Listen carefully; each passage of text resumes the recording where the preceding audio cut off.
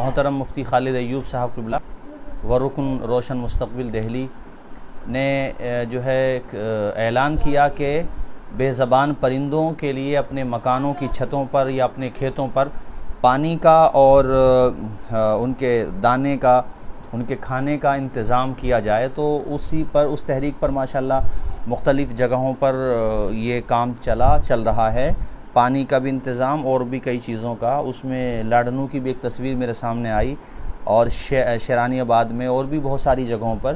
میں یہاں پر بھی تنظیم رضا الہی کا خادم ہونے کی حیثیت سے اور روشن مستقبل دہلی کا رکن ہونے کی حیثیت سے یہ اپیل کر رہا ہوں سارے لوگوں سے کہ اپنے مکانوں کی چھتوں پر، گرمی کا موسم ہے اس کے لحاظ سے بھی مٹی کے برتنوں میں یا جو بھی پیتل کا برتن، جو بھی برتن ہے بڑے بڑے برتنوں میں پانی بھر کے رکھ دیں۔ تو یہ جو چڑیاں ہیں، پرندے ہیں چھوٹے چھوٹے، یا اور بھی جو بہرحال گزرنے والی ہواؤں میں پرندے ہوتے ہیں، وہ آ کر کے سیراب ہوں گے اور یہ اللہ کی مخلوق ہے۔ ایک بزرگ کے بارے میں نے خود پڑھا کہ وہ روٹی کا چھوٹا چھوٹا چورا کر لیا کرتے، جنگل میں جاتے اور وہاں پر جنگل میں جو مخلوقات رہتی ہیں چھوٹی چھوٹی، جو اللہ تعالیٰ نے جن کو پیدا کیا ہے، ان کو جا کر کے، جیسے چونٹیاں ہیں یا چڑیاں ہیں، اس کے لیے وہ چورا کھلایا کرتے تھے بزرگ۔ کسی نے پوچھا یہ کیا کرتے؟ انہوں نے کہا یہ بھی ان کا بھی ہمارے اوپر ایک حق ہے اور اخلاقی ہمارا فرض بنتا ہے کہ ہم ان کو کھلائیں۔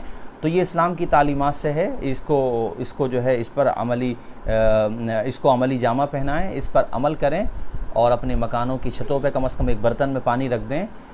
جو بھی پرندے گزریں گے ظاہر سی بات ہے وہ سیراب ہوں گے، پانی پئیں گے اور آپ کو دعائیں دیں گے۔